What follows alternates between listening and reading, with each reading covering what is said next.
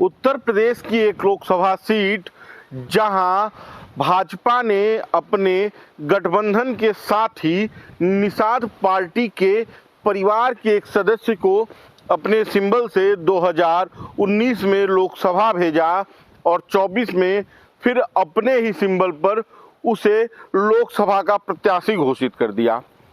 और वहां इस बार ये चर्चाएं चल रही हैं कि इंडिया गठबंधन मजबूत दावेदारी पेश करेगा। ये वही लोकसभा है जहां के भाजपा सांसद ने भाजपा के ही विधायक को जूतों से कूट दिया था। नमस्कार, बेधड़क खबर का खास कार्यक्रम नेतागिरी देख रहे हैं आप और मैं हूं आपके साथ शशांक। और आज नेतागिरी के इस एपिसोड में हम बात करेंगे उत्तर प्रदेश के संत कबीर नगर लोकसभा सीट की। संत कबीर नगर लोकसभा सीट तब चर्चाओं में आई जब वहां से भाजपा के स्थानीय सांसद शरद त्रिपाठी ने तत्कालीन विधायक मेहदावल को जूतों से कूट दिया था, जिसके बाद ये सीट पूरे देश में चर्चा का विषय बनी रही। और इस बार फिर वो सीट चर्चाओं में है। चर्चाओं में क्यों है?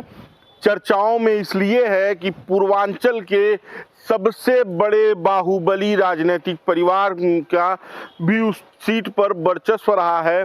और चर्चा ये है कि इस बार उस परिवार की दावेदारी उस सीट पर है और समाजवादी पार्टी के सिंबल पर इंडिया अलायंस वहां से उस परिवार के किसी भी सदस्य को टिकट दे सकता है।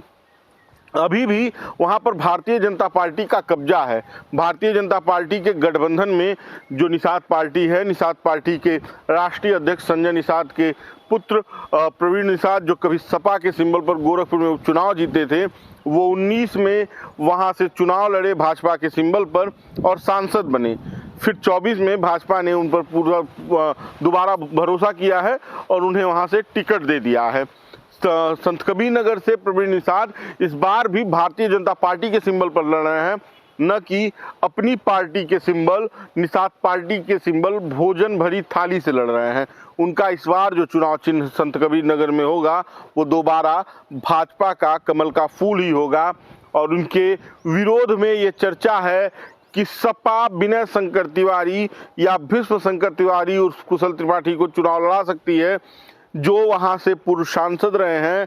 और चर्चा ये है कि अगर तिवारी परिवार का कोई शख्स वहां से चुनाव लड़ता है तो ये चुनाव रोचक होगा और चर्चाओं में रहेगा, क्योंकि यहाँ पर कुशल तिवारी पहले सांसद रह चुके हैं और यह ब्राह्मण बाहुल्य क्षेत्र है।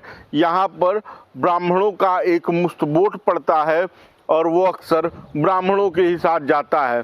ऊपर से सपा का यम-वाई फैक्टर भी हावी होगा और उससे भी बड़ा फैक्टर ये है कि यहाँ पर इस बार कांग्रेस कोई प्रत्याशी नहीं उतारेगी, क्योंकि अलायंस के चलते कांग्रेस ये सीट सपा को दे रखी है और सपा ने कांग्रेस को यह कह लें कि ये सीट नहीं दी है। इसलिए कांग्रेस के न लड़ने से मुस्लिम वोट भी डाइवर्ट होने का खतरा कम है। तो इस समीकरण को देखते हुए ये माना जा रहा है कि अगर समाजवादी पार्टी विनय शंकर तिवारी को या कुशल तिवारी को यहाँ से चुनाव लड़ाती है तो उनके लिए ये फायदेमंद सौदा होगा। लेकिन प्रवीण निषाद क्यों इस सीट पर अपने सिंबल से चुनाव नहीं लड़ते हैं?